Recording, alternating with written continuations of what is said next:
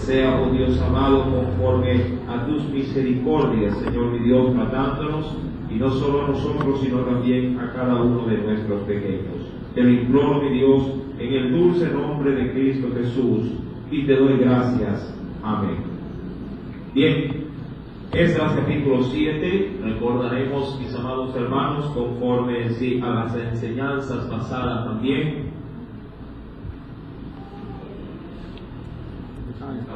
Gracias.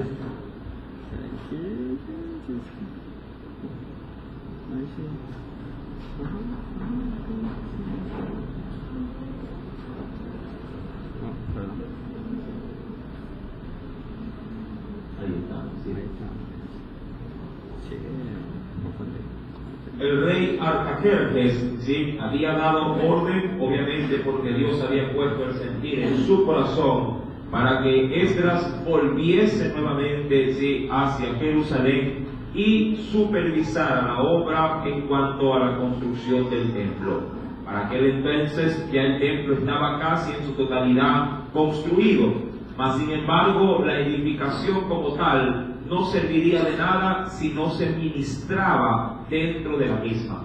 Y es evidente de que servirá un hogar que solamente pueda poseer los muebles y los enseres, pero no estén las personas dentro de él, ¿verdad? Viviendo, compartiendo lo que se podría determinar como una verdadera casa. De la misma forma, en el templo del Señor, todo estaba ya dispuesto, pero no había quien lo ministrase, quien lo atendiese, quien enseñase, quien estuviese así al tanto de todos los pormenores ya en el servicio mismo de ese templo. Es ahí donde el rey Artajerjes da un decreto, así como lo dio en su debido momento Darío, como lo dio Ciro también. Ahora Artajerjes da por escrito de que Esdras se encargue de la administración de la casa del Señor. Una vez en el verso 24, que es el texto que estamos leyendo, recordará usted también que Esdras recibió de la buena mano del rey todo cuanto éste puso en su corazón. Si me acompaña, porque es menester nuevamente recordar este verso, Proverbios capítulo 21, verso número 1, recordará usted que en ese texto bíblico el Señor hace alusión a su soberanía y su poder para tomar en sus manos aún el corazón del rey y hacerlo inclinar a como él lo desea. Dice Proverbios 21, verso número 1, como los repartimientos de las aguas, es decir, son causales ya preestablecidos, así está el corazón del rey en la mano de Jehová. A todo lo que quiere lo inclina. Y ese texto, por cierto, lo refuerza también el Nuevo Testamento. Y aquí hay un texto adicional que quisiera compartir también junto a usted. Venga por favor conmigo, vayamos al Nuevo Testamento, en el libro de Filipenses, en el capítulo número 2. Ese texto también anuncia de qué manera Dios tiene el control de todo y Él hace como Él quiere. Parece a veces que somos nosotros los que tomamos decisiones o acciones de algún determinado asunto, pero es Dios mismo a veces tomando nuestro corazón y inclinándolo también para todo su propósito. Dice Filipenses capítulo 2, verso número 13. ¿Qué le dice ahí el texto bíblico? Porque Dios es el que en vosotros produce así el querer como el hacer por su buena voluntad. Miren que estos textos diríamos que se entrelazan de manera excelente, ¿verdad? Tanto del Antiguo como en el Nuevo Testamento. Dios pone en nosotros las cosas para nosotros poderlas llevar a cabo. Claro está, siempre y cuando eso que ponga en nuestro corazón sea conforme a su voluntad. No todo, y usted ya lo ha visto a través de otras enseñanzas, no todo lo que nosotros sentimos a veces viene por medio del corazón de Dios. Usted recordará que allá en la enseñanza de Samuel, ¿verdad? David puso en su corazón ¿qué cosa? Construir un templo para Dios, ¿verdad? Pero ese sentir que él tuvo, Dios no lo compartió. Le dijo que él no podía llevar a cabo esta acción, sino que alguien después de él lo haría.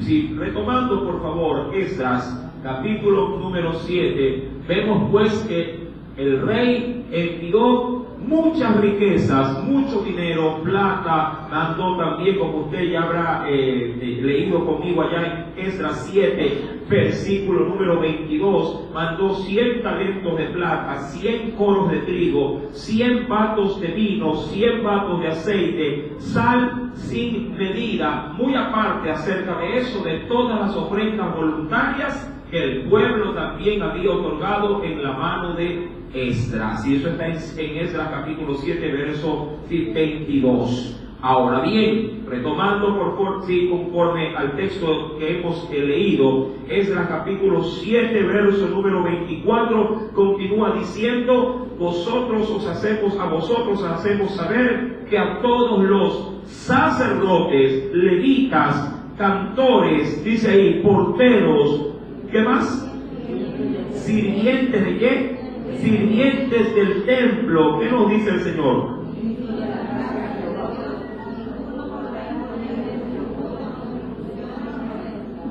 Ahora, la pregunta es, ¿por qué a este grupo de personas no le pondrán de alguna manera algún impuesto?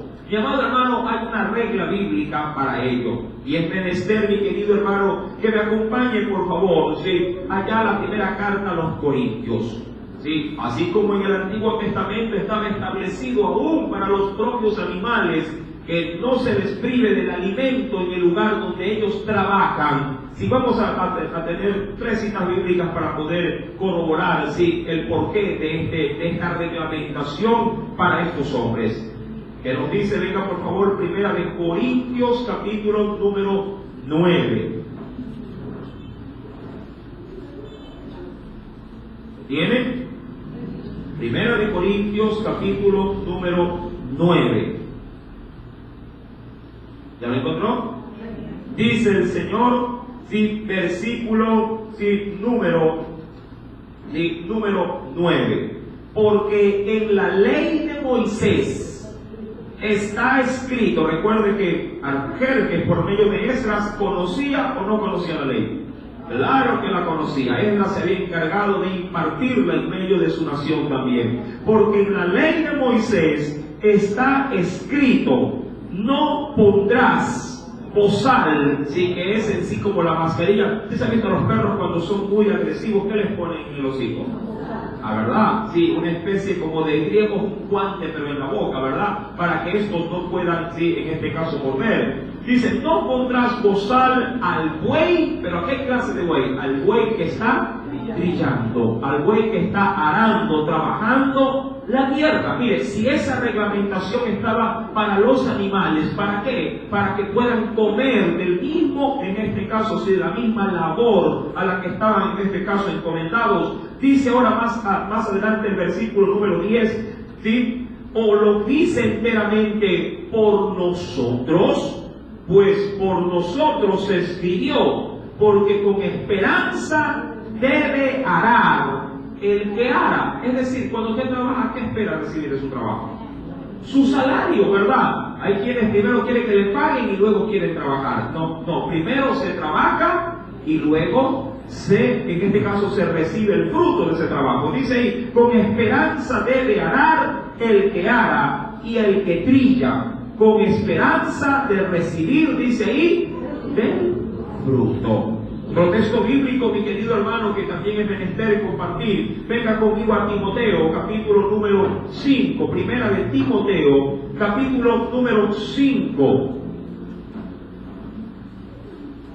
Primera de Timoteo, capítulo número 5.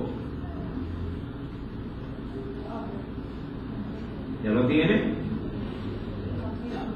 Primera de Timoteo, capítulo número 5, verso número 17 en adelante, al 18. Los ancianos, entendiendo que eran aquellas personas responsables de tener a su cargo la labor del templo, en este caso de la iglesia. los ancianos que gobiernan bien sean tenidos por dignos, dice ahí, ¿de qué? De doble honor. Ahora, este honor no era necesariamente que si se lo veía de pronto por la calle o aún dentro de la iglesia, al decir doble honor se los iba a saludar 2 veces, se los iba de pronto a abrazar 2 veces, le iban a dar saludos 2 veces, no. Se refiere a la paga o al salario que ellos sí percibían. Es decir, si alguien es merecedor de un salario digno, son aquellos que trabajan para la obra del Señor, y se lo hacía o se lo reconocía de manera abundante, y eso es lo que implica el doble honor. Dice pues la Escritura, verso 17, sean tenidos por dignos de doble honor, mayormente, ¿sí? O con mayor énfasis, ¿a quiénes? A los que trabajan en ¿qué? En predicar y enseñar. ¿Por qué? Verso número 18, otra vez sale este texto a relucir. ¿Cuál? Porque la Escritura dice, no pondrás bozal al buey que trilla, y digno, ojo, digno es el obrero ¿de qué? ¿Y eso dónde está? En esta última parte. Veamos lo que Jesús dejó establecido. Allá en el Evangelio de Mateo, capítulo número 10. Veamos, mis santos hermanos. Qué importante es reconocer por la Escritura estos principios bíblicos.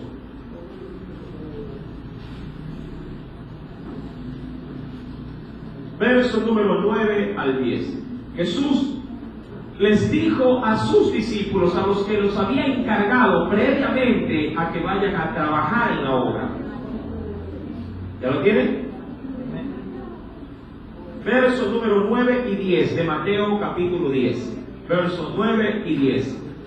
El Señor les había dicho a sus discípulos previo a la labor de encomendarlos para que vayan a predicar, para que vayan a las casas, para que vayan a expulsar demonios, es decir, para ocuparlos en el servicio propiamente del ministerio. Una vez que le da estas instrucciones, les termina dando esta recomendación: no os proveáis de oro, ni plata, ni cobre en vuestros cintos, es decir, no lleven, es lo que le está diciendo, no vayan a llevar sus propios recursos para hacer esta obra. ¿Por qué? Verso número 10. Ni de alforja para el camino, ni de 2 túnicas, ni de calzado, ni de bordón, porque el obrero es digno ¿de qué? De su alimento. Con estas 3 citas bíblicas, pues, mis amados hermanos, ahora, ¿dónde está el no poner bozal al buey que trilla en el Antiguo Testamento? Bueno, acompáñenme a Deuteronomio también para ver esta diríamos, reglamentación bíblica. Allá en el capítulo 25 de Deuteronomio, recordando que este era un principio de la ley, Deuteronomio capítulo 25, ¿lo tiene? Verso número 4. El Señor había establecido este principio para el buen trato de los animales dentro de la nación de Israel. Dice el verso 4, no pondrás bozal al buey cuando trillare. Amén. Ahora bien, retomando por favor el libro de Esdras, entendemos pues que gran parte del pueblo, dicen los entendidos que fueron alrededor, de varones, 1496 varones, pero los varones con sus familias llegaron a bordear aproximadamente entre 6.000 y 7.000 personas las que fueron en este segundo llamado, porque el primer llamado también fue por medio de Esdras, pero también por medio de Zorobabel, el cual, ¿quién vendría a ser Zorobabel? Ya se había dado un indicio de esto. El mismo ¿quién? ¿Quién? Sesbazar el mismo Sesbazar o Zorobabel, el cual era la misma persona. Luego con ellos, ¿quién también fue? Nehemías, y también ¿qué sacerdote? ¿Cómo se llama el sumo sacerdote? El sumo sacerdote, Josué o Yeshua, y aparte 2 profetas, eso sí los conocen. ¿Quiénes son? Ageo y Zacarías. Hay que tomar otra vez la lección. Mire que la mente es frágil, no. Sí, hagamos un recuento. ¿Sí? ¿Cuántos fueron? Esdras, Nehemías, juntamente con un sumo sacerdote. ¿Quién? ¿Quién fue?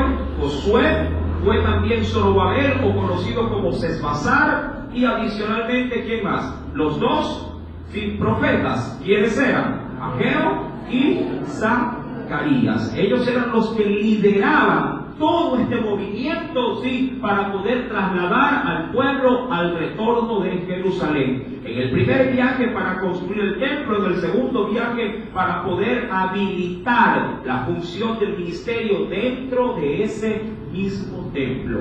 Cuando vayamos, porque vamos a continuar el estudio, sí, posiblemente hasta con el libro de Nehemías, veremos en detalle cómo se llevaba a cabo la construcción de ese templo. Si Esdras da una visión panorámica, pero Nehemías lo hace de manera muy, pero muy puntual, ya en detalle mismo, ¿sí? De cada acontecimiento. Y vamos a aprender muchísimo también cómo edificar el templo de Dios, pero en detalle. Ahora, retomando con Esdras, capítulo número 7, ¿sí? Dice el versículo número 24, no le pondrás a quienes, a los sacerdotes, a los levitas, ¿sí? ¿Ya lo tienen? 24 del capítulo 7, y a vosotros os hacemos saber que a todos los sacerdotes, levitas, cantores, porteros, sirvientes del templo y ministros de la casa de Dios, ninguno podrá imponerles tributo, contribución ni renta. ¿Por qué?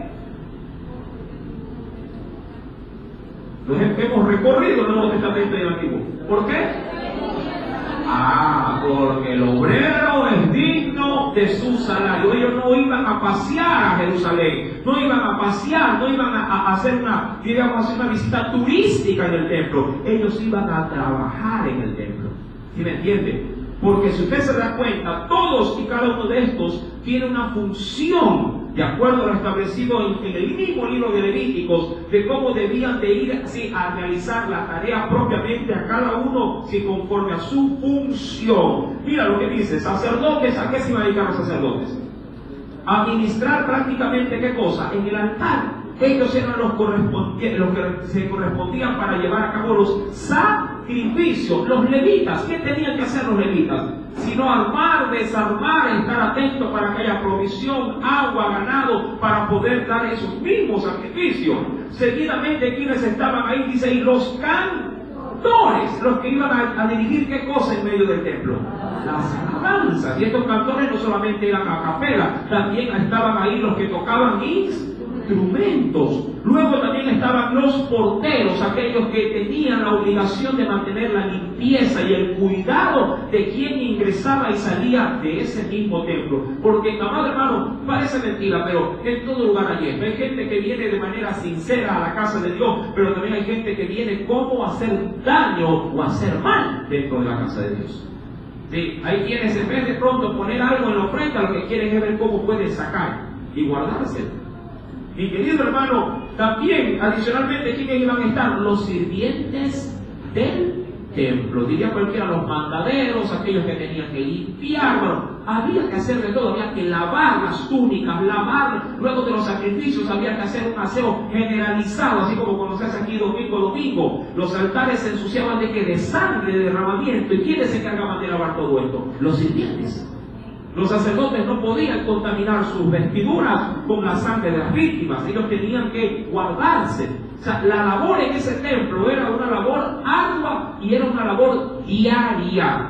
Mucha gente aquí de pronto, sí, una vez a la semana, ¡ay, qué cansado! Ayer era todos los días hacer este tipo de trabajo. Todos los días, mi amado hermano. Sí, por eso es que se requería de mucha mano de obra para poder, sí, activar las funciones dentro del tabernáculo. Y santos hermanos, es por eso que el rey estima más que conveniente no atribuirle a estos impuestos alguno. ¿Sí me está entendiendo? Verso número 25. Léalo, por favor.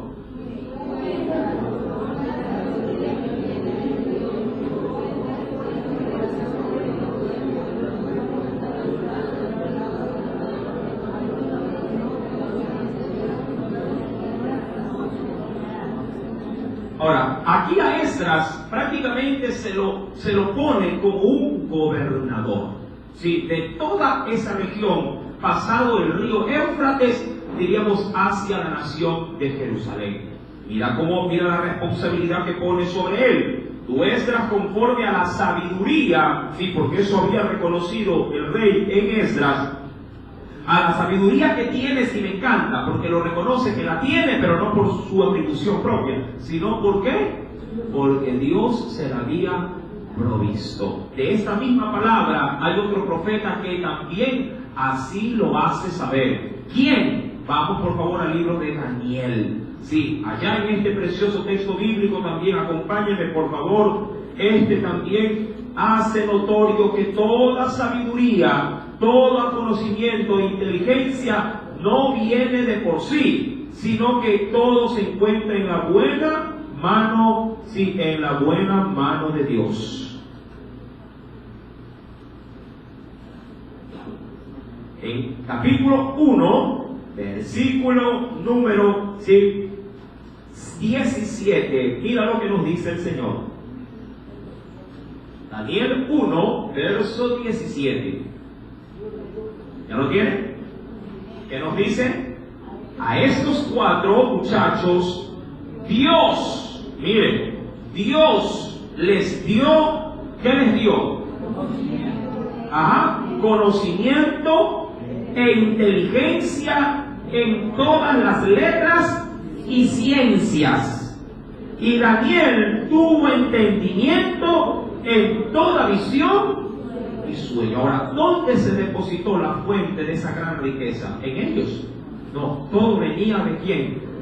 De la mano de Dios, hacia ellos. Y amado hermano, de la misma manera, en Esdras, estos mismos atributos, diríamos así, del Señor, vinieron con poder sobre este hombre. ¿Por qué? Porque él había propuesto en su corazón no descansar hasta ver la casa del Señor, no solamente construida en su infraestructura, sino también bien instaurada en su servicio. Y querido hermano, cuando retomamos pues Esdras capítulo número 7, bien decía el rey acerca de Esdras, que era conforme a la sabiduría que tienes de tu Dios.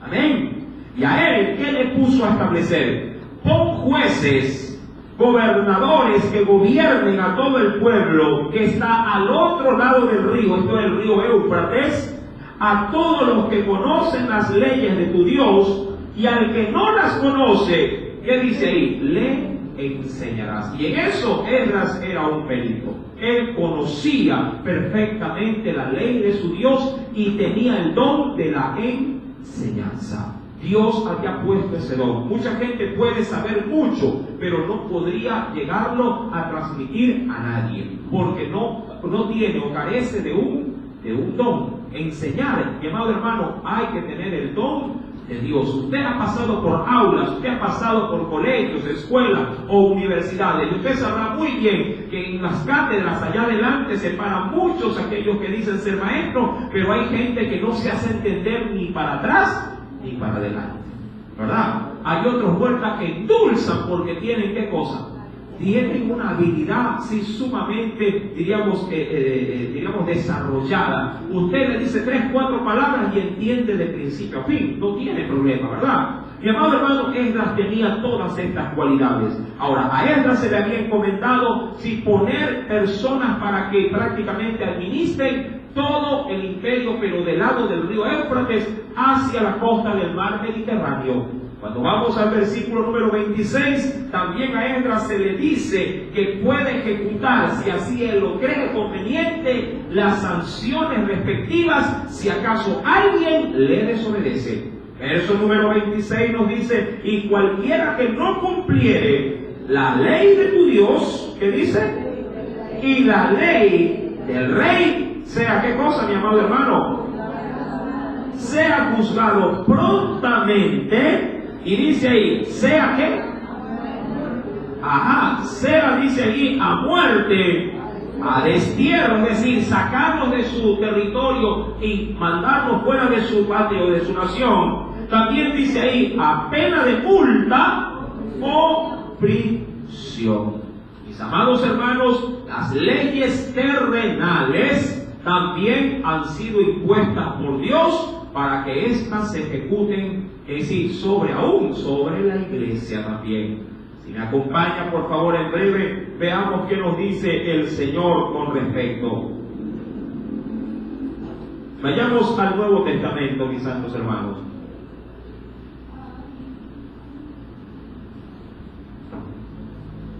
Y veamos qué nos dice el Señor. En primera de Timoteo, y vayamos a algunos textos. Primera de Timoteo, capítulo número 1. Mira lo que nos dice el Señor.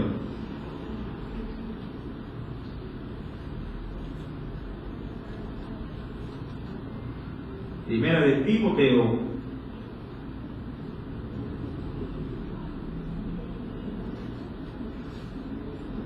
capítulo número 1. ¿Tiene? Timoteo, verso número 8. ¿Qué nos dice el Señor en ese texto? Sabemos, ¿qué nos dice? Que la ley es buena. Pero, ahí viene también un parámetro. Si uno la usa, ¿pero qué cosa? ¿O de qué manera? La usa legítimamente, es decir, sin tergiversarla, sin corromperla o dañarla. Si algo saben hacer en la actualidad nuestros, diríamos así, peritos de la ley, es tergiversar la ley, ¿verdad? Le hacen interpretar conforme a sus propios intereses. Más adelante dice el mismo pasaje bíblico de Timoteo 1, verso 9, ahora, conociendo esto, que la ley no fue dada para el justo, sino para quienes fue dada la ley. Para los transgresores y desobedientes, para los impíos y pecadores, para los irreverentes y profanos, para los parricidas y matricidas, es decir, para los que pueden incurrir en un asesinato de padre o madre, para los homicidas, para los fornicarios, para los sodomitas, para los secuestradores, para los mentirosos y perjuros, y para cuantos se opongan a la sana doctrina. Para ellos fue dada la ley. Y claro, si alguien en este caso transgrede la ley, ha de morir o ha de ser sentenciado conforme a esa misma ley. Por eso es que cuando vamos, mis amados hermanos, a Esdras capítulo 7, así como las leyes estaban siendo otorgadas para que Esdras las administre, si alguien incurría en alguna falta a esa ley, sería sancionado de acuerdo a la gravedad, en este caso, de la inobservancia de la ley. Pero son números 27 ahora. Bendito ahora, cuando comienza aquí, ya deja todo el escrito del rey y ahora viene la apreciación de Esdras. Bendito Jehová Dios de nuestros padres, que puso tal cosa ¿en dónde? En el corazón del rey, para honrar la casa de Jehová que está en Jerusalén, e inclinó, de todo ello, inclinó a quién, sobre quién puso el rey su mirada, sobre estas, e inclinó, dice ahí, aquí su misericordia delante del rey, de sus consejeros y de todos los príncipes poderosos del rey. Y yo, fortalecido por la mano de mi Dios, sobre mí reuní a los principales de Israel para que subiesen conmigo. Y hasta ahí concluía el capítulo número 7. Es decir, que luego de que recibió la orden, Esdras inmediatamente convocó a todos los que él estimó conveniente para poderlos llevar o trasladar ¿a dónde? Al templo del Señor. Ahora recuerden, la ordenanza estaba de manera exclusiva, de manera, diríamos, especial, considerada sobre todo para los que tenían que trabajar en ¿dónde? En el templo. En el primer gran exilio de Babilonia, del imperio medo-persa, fue la gran mayoría de los judíos. Ahí no había, básicamente, diríamos así, un límite para que los hombres fueran a la casa de su Dios o a Jerusalén. Fueron de todas las tribus, pero en este segundo, diríamos así, exilio, estaba orientado sobre todo para quienes, para los que se dedicaban al servicio del templo. Ahora, en el capítulo 8 va a haber, sí, una especie de recuento, sí, de todos aquellos que se pusieron en la lista para poder retornar hacia, sí, las labores del templo en Jerusalén. Y ahí vamos a tener una lectura, sí, diríamos así, panorámica, sí, y la vamos a hacer de manera antifonal para saber quiénes fueron con Esdras en este segundo llamado. Verso número 1. Léalo, por favor. Estos son los jefes de la casa paterna, las familias de aquellos que estuvieron conmigo de Babilonia, reinando hasta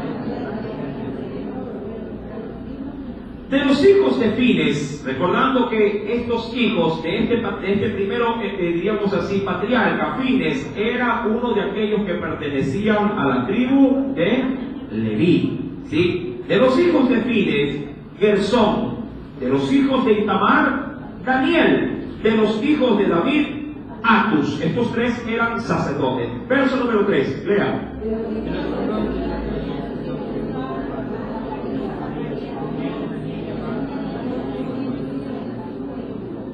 De los hijos de Pahat Moab, Elionai, hijo de Seraías, y con él 200 varones.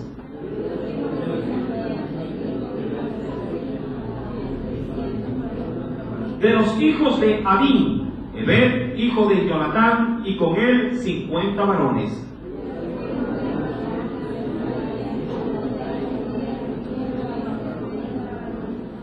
De los hijos de Zebadías, Zebadías, hijo de Micael, y con él 80 varones.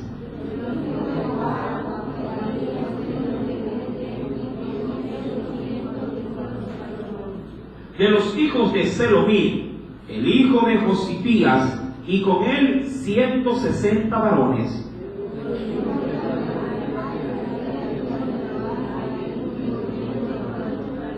De los hijos de Asgar, Juanán, hijo de Acatán, y con él 110 varones. Verso 13.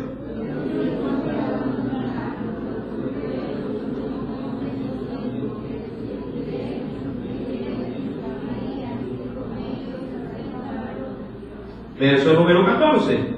Y de los hijos de Bigvai, Utai y Sabut, y con ellos 70 varones. Hasta ahí leo, sí, de manera antifonal. ¿Cuánto suma toda esta, diríamos, este conteo? 1496 varones, sin contar mujeres y niños. ¿Sí? La cantidad aproximada, sí, entre mujeres y niños se estima entre 6.000 y 7.000 personas. Pero habían muchos más en Babilonia, por supuesto que sí. Pero solamente se movieron para ir a quienes Dios tocó en su espíritu para hacerlo. Otros también, mi amado hermano, de seguro quisieron ir, pero estimaron ser mayormente, yo diríamos, si no molestados o estorbados, porque ya estaban acostumbrados a vivir ¿en dónde? En Babilonia. Si bien es cierto, ya habían pasado mucho más de 70 años. Recuerden que en 70 años del exilio que tuvieron por medio de la mano de Nabucodonosor, rey de Babilonia, sí, estuvieron atrapados 70 años. Luego, desde que comenzó la construcción del templo, ¿cuántos años habían pasado? Usted lo reconoce. ¿Cuántos? 60 años. Ya una nueva generación se había levantado, sí, de ese primer gran exilio. En esta segunda generación regresan cerca de 6.000 a 7.000 personas, pero había muchos más, sí, dentro de la nación de Babilonia. Acuérdense que también, sí, los pobres y los menesterosos nunca salieron de Jerusalén. Ellos se quedaron, pero claro, nunca tuvieron los recursos, ni tampoco un líder que los pudiera, sí, guiar para poder construir el templo. Por eso Dios tuvo que valerse de este hombre llamado Esdras y Nehemías también. Ahora bien, retomando, sí, el versículo número 15 ahora, una vez que ellos regresan, se van a topar con una terrible, sí, y penosa, diríamos así, noticia. ¿Cuál?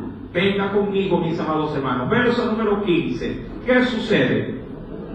Los reuní, hablando de Esdras, a todos los que fueron, junto al río. Eso es decir, al río o al gran río Éufrates, posiblemente. Recordemos que el camino, ¿cuánto tiempo se duraba el caminar de Babilonia hacia Jerusalén? ¿Cuánto lo recuerdan? ¿Ah? No adivinen. ¿Cuánto tiempo? ¿Segura? ¿Cuánto tiempo?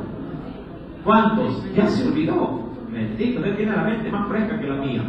¿Cuántos? 4 meses duraba el camino.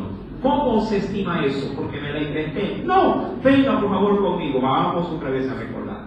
Esdras, capítulo número 7. 7 o 6, déjeme ver un ratito, déjeme.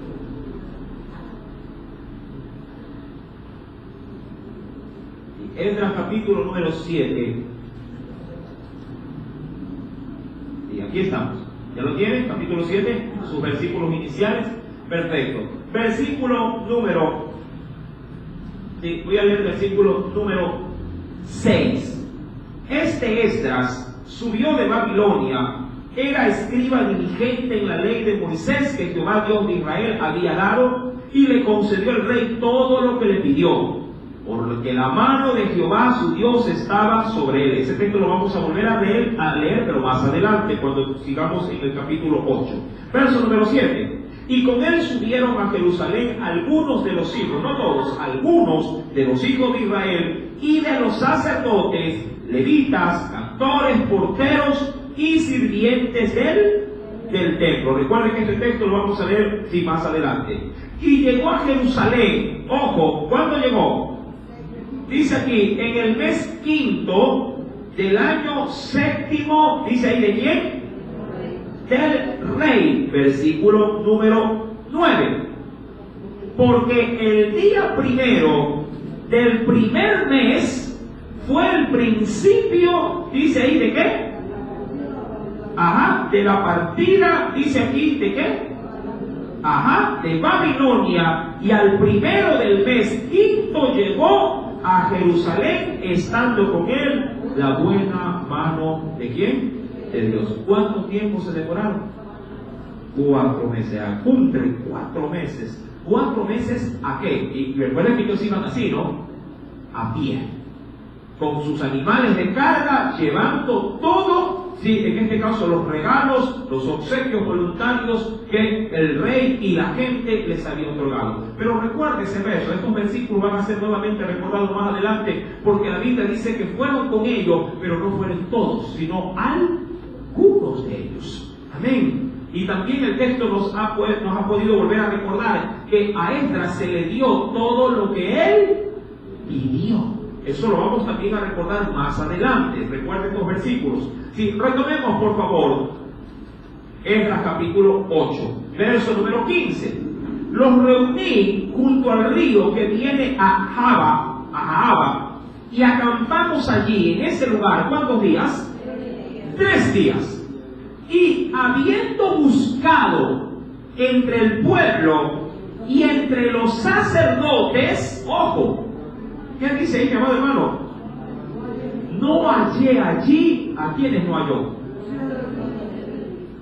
Ahora, pregunto, si los hijos de Leví no fueron en este segundo llamado, ¿qué, diríamos así, qué problemas o qué, diríamos, consecuencias tendría esto en la labor que habría que atender Esdras en el templo de su Dios?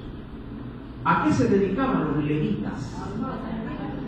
Armar, bueno, en parte armar y desarmar, a transportar también las cosas, pero ¿qué más hacían los levitas?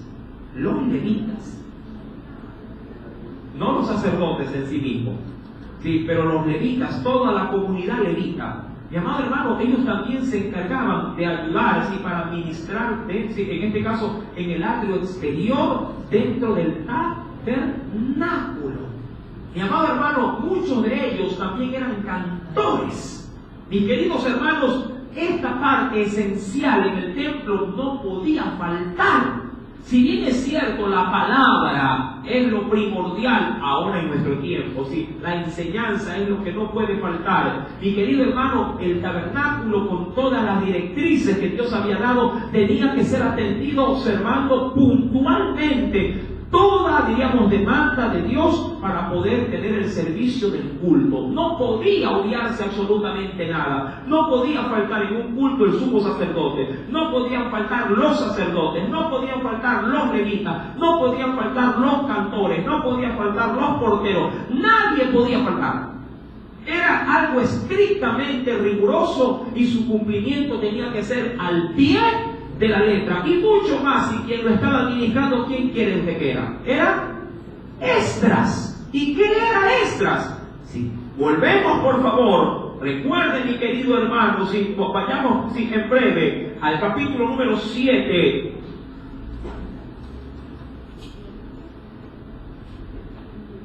Esdras, capítulo número 7.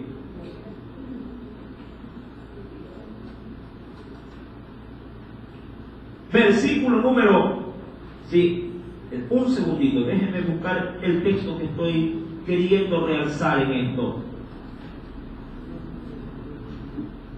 Verso 10. Esdras, capítulo 7, verso 10. Dice, porque Esdras, mire, había preparado su corazón para inquirir. Ya usted sabía lo que significa inquirir. A ver, ¿qué significa inquirir? Tomo la lección.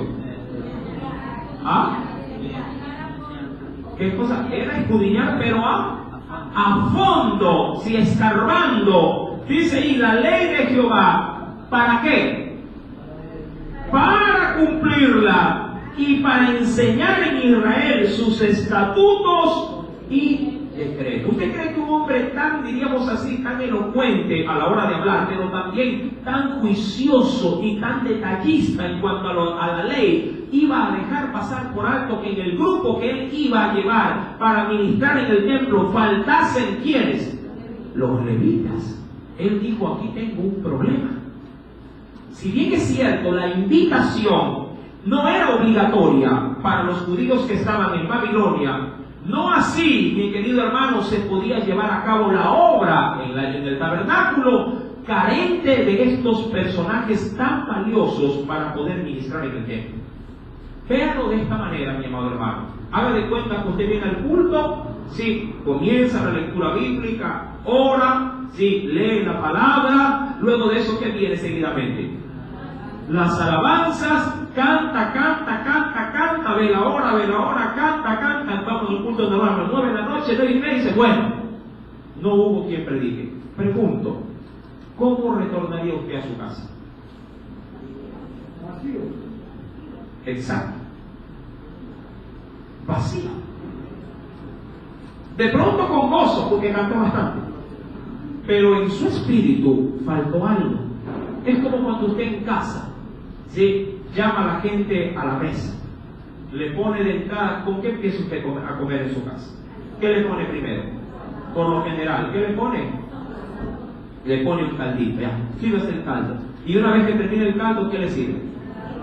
El arroz, el segundo. Sobre todo que vendría a ser hasta el plato más. Pero haga de cuenta que en vez de poner el segundo, le pone el vaso de jugo. Y el niño dice, ¿y el arroz? Ya mismo. ¿Sí? Ya mismo, y nunca le sirve nada. Ahora, el niño puede ser que repitiendo la sopa se llene, pero no va a surtir el mismo efecto cuando uno le pone el arroz, porque el arroz suele ser un alimento más contundente para aquellos que comen marisco. ¿Sí? El marisco tiene una desventaja: llena, pero es de corta duración en el estómago, porque es un alimento más blando. La carne blanca es un alimento más blando, no así las carnes rojas, por ejemplo, que son un alimento más difíciles de digerir, y por ende uno se suele sentir, ¿qué cosa? Con llenura. Mi amado hermano, en este caso Esdras no iba a permitir que los levitas no estuviesen en una labor tan esencial, ¿sí?, a la hora de activar un culto, ¿sí?, y un culto para largo. Ahora, dicen muchos comentaristas que los levitas, sí, algunos de ellos no quisieron ir para no estar nuevamente sujetos ¿a qué cosa? Al rigor de ser mandados y ser de alguna manera limitados a un servicio, sí, solamente de culto. Obviamente ellos ya estaban habituados a vivir ganando, sí, de pronto de sus negocios, de sus cosechas, su ganado. Ya no tenían, diríamos así, Señor quien los gobierne. Salirse de ese ámbito para que nuevamente pudiesen, diríamos, activar un ministerio que hace muchos años estaba olvidado, para comenzar a vivir conforme a la ofrenda voluntaria del pueblo. Ellos dijeron, ni de broma. Si acá gano bien y como lo que quiero, allá voy a estar a expensas, porque los levitas tenían que ser sostenidos. ¿Por parte de quiénes? De acuerdo al orden bíblico. Por parte del pueblo. Por eso el rey, ¿qué cosa les quitó a estos? Impuestos, porque ellos no lo podían asumir. Entendamos este principio también. Conforme a la ley, los levitas, todos los levitas, los sacerdotes y todos los sirvientes del templo, no podían tener un ingreso fijo. Todos vivían y eran sostenidos por las ofrendas del pueblo. Si el pueblo les regalaba gallinas, comían gallinas. Si el pueblo les regalaba huevo, pues huevo comían. Si les regalaban un cabrito, cabrito comían. Si no les regalaban nada, a orar para que el Señor mande y pueda proveerse. ¿Sí me entienden? Pasar de una vida, diríamos así, de autosuficiencia a depender de otros es algo muy duro. Es muy duro. Muchos levitas dijeron, escucharon el llamado, por supuesto, porque era un decreto real. Pero muchos dijeron, ¿usted es levita? ¿Seguro? Hay otro. ¿Quiere ir?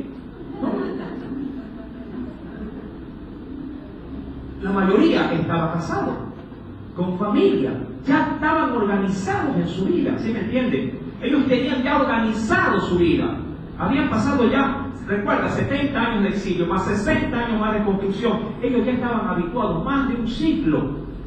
Generaciones nuevas estaban habituadas a un sistema nuevo también de vida. Ellos dijeron, ni de broma nos vamos. ¿A qué? A otra vez a ir a meterse al templo para pasar todo el día ahí, esperando a ver si nos dan o no nos dan. Y mucho más si no todos fueron, porque no todos los israelitas fueron, una parte solamente, para ver de cómo vivimos, cómo mantenemos. Yo me imagino que las esposas dijeron, que te vas a ir. ¿Y ahora quién va a pagar la luz? ¿Quién va a pagar el agua? ¿Quién va? ¿Y los estudios de los bebés? ¿Y cómo así?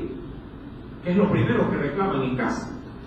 Cuando reciben la propuesta de que, es que me dijeron para ver si sirven en la casa del Señor. Las mujeres resaltan como lisa. Cuando los maridos dicen, ¿a dónde vas? Al templo. ¿A qué templo? Aquí, que tienes que ayudar, que aquí es. ¿Cuántas le reclaman hacia los maridos?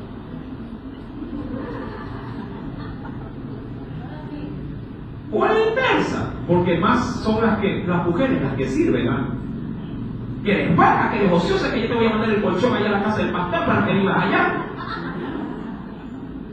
Ya mismo duermes en la iglesia, ¿verdad?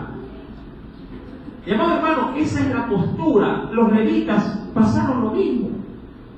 Mis amados hermanos, y por eso es que cuando vamos al capítulo 8, Esdras se preocupó en gran manera. Dice la Biblia, los reuní junto al río que viene a Ájaba, y dice, y acampamos allí, ¿cuántos días? 3 días, pero ¿para hacer qué cosa 3 días? Un conteo, un censo prácticamente. Ahora, algo muy, pero muy particular que me llama muchísimo la atención. Este conteo no se lo hizo antes de salir, sino que se lo hizo prácticamente ya en el camino. Diríamos cualquiera mitad del camino. Yo creo que Esdras al inicio tuvo él en su corazón, de pronto, obviamente sin querer atribuirle algo negativo a Esdras, pero yo creo que él estuvo muy confiado y dijo, si el Señor me ha bendecido con la orden del rey, dándome todos los recursos, y ahora que vienen conmigo, ¿cuántas personas venían con él aproximadamente total? Cerca de 6.000 a 7.000 personas. Él de pronto se confió.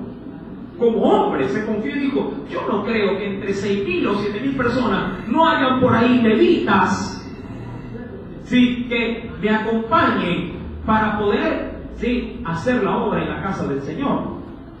Pero por ahí como también suele pasar en una mente que no descansa, o que digamos así, que no se siente tranquila. ¿Cuántas de ustedes a veces estando aquí en la iglesia, sabiendo que hay cosas inconclusas en casa, están aquí de pronto, diciendo, ay, si apenas salga de aquí, si saco la ropa para que la deje remojando? Y están aquí, ¿verdad?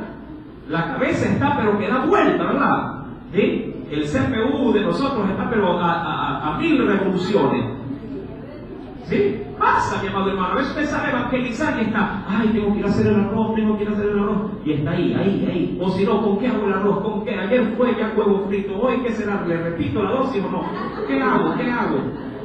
Siempre en casa pregunta lo mismo. ¿Y con qué hago? Entonces, con cualquier cosa. Pero no, dime con qué. Con tallerín, no, con otra. Y así está.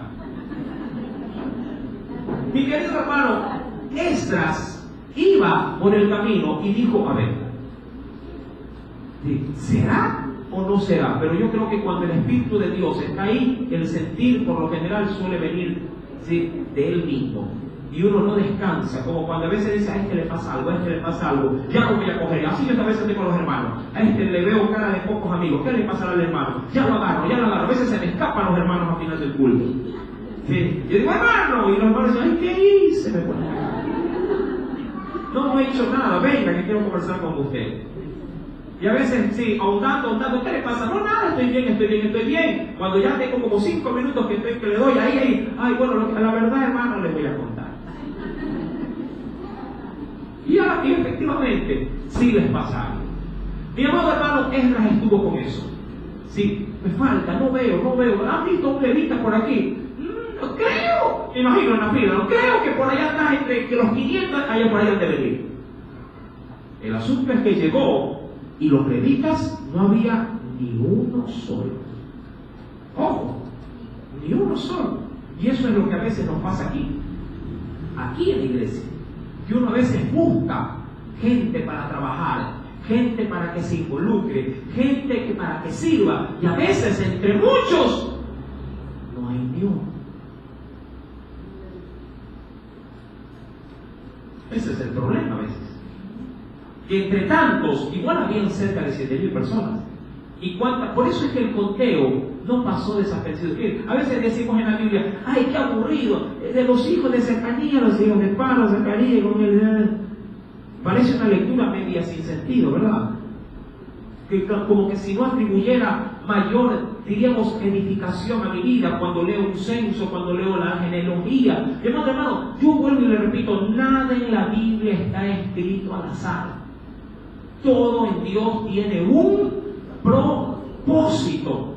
Y penosamente en todo este listado, hermano, no había ni un solo levita que pudiera cumplir la función. Había sacerdotes, pero no habían levitas. Los sacerdotes también eran levitas, pero levitas a cargo de las otras, diríamos, tareas propiamente del templo no fueron.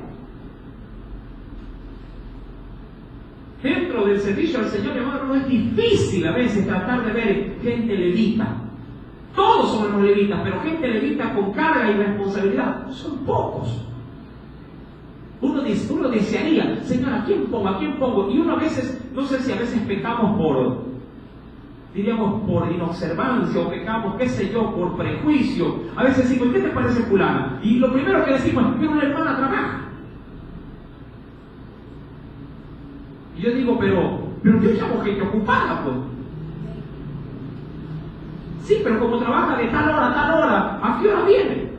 Y otra también, diríamos así, obstáculo o barrera que en el liderazgo aquí en la iglesia vemos es que no solamente que de pronto trabajan, sino que si los llamamos a trabajar en la obra, decimos nosotros, ¿y a qué hora se congregan?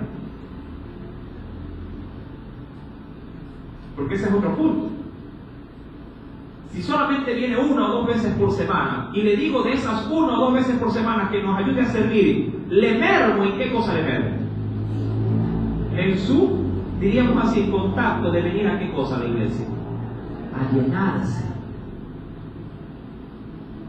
Por eso es que desde aquí estamos, hermano, congréguese, hermano, venga, no baje, siga viniendo, siga fortaleciendo. ¿Por qué? Porque creemos en Dios, ¿qué cosa? Que la persona, mientras más busque, mayor opción también pueda él tener en Dios de servir de una manera genuina y responsable también. ¿Sí me explico? No es porque andamos fastidiando, no. Amado hermano, porque en la obra de Dios hay que hacer mucho. La obra del Señor es grande, la mies es, pero de manera incontable, y los obreros son muy, muy pocos. Ayer en la noche, mi hermano, usted me viera, ayer en la tarde, venía con una fila de muchachos, y ando medio, un poquito medio apoyado con la columna, ahorita ando medio bajado, no se nota porque la ropa está floja. ¿Sí? Y me mandan a una niña que en la casa golpeé la puerta de una mamita y digo, invita a los niños para que puedan venir. Y dice, bueno, dice, pero sí va a llevar a mi hija. Digo, claro que sí. Pero el asunto es que me sacó a una niña de meses de nacido. Meses.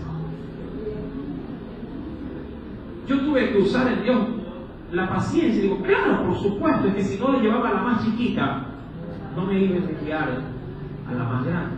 Digo, venga. Iba pujando con esa criatura. Porque no solamente voy con las niñas, también voy con el megáfono, voy con el bolso, que uno lleva cables, porque uno allá tiene que ir a docear, tiene que ir a subir. Allá, mi amado hermano, sea que usted vaya de retorno o de ida, va subiendo y bajando loma. Los que han ido para allá saben de qué les estoy hablando. Si a veces uno con su cuerpo va pujando, con su propio cuerpo, imagínese con peso. Y yo digo, ¿dónde está la iglesia? ¿Dónde están los levitas? Tiempo de terminar el culto. ¿Dónde están los levitas? O sea, pendiente, mi amado hermano. He ahí la preocupación de ellas. ¿Dónde están los levitas? Dice el Señor, acampamos 3 días y habiendo buscado entre el pueblo, dice ahí, y entre los sacerdotes, no hallé allí de los hijos de Leví. No había, mi hermano. Porque a veces los levitas, en vez de estar sirviendo en el templo, están sirviendo a sus propios bolsillos.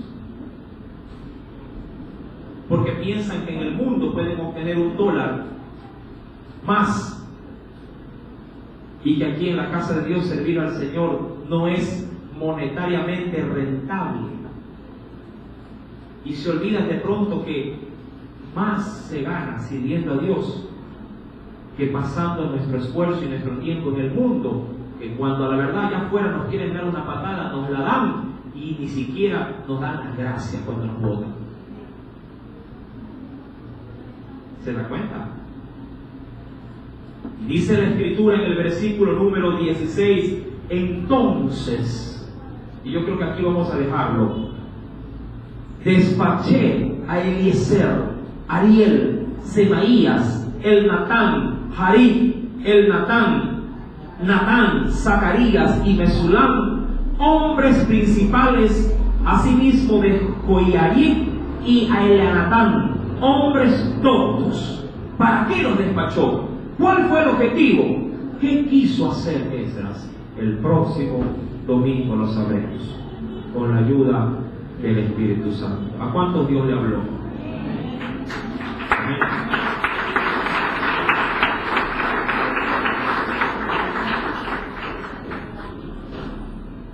No diga quiero, haga. Amén. Sabiendo que la obra de Dios no es por un domingo, por un sábado, por un viernes. Sí, ser levita es serlo toda la vida. Amén. Y la carga se hace más ligera cuando hay más levitas ayudando, sí, al ministerio dentro del tabernáculo del Señor. Oremos. Padre, en el nombre de Cristo Jesús, gracias, oh Dios, por este tiempo.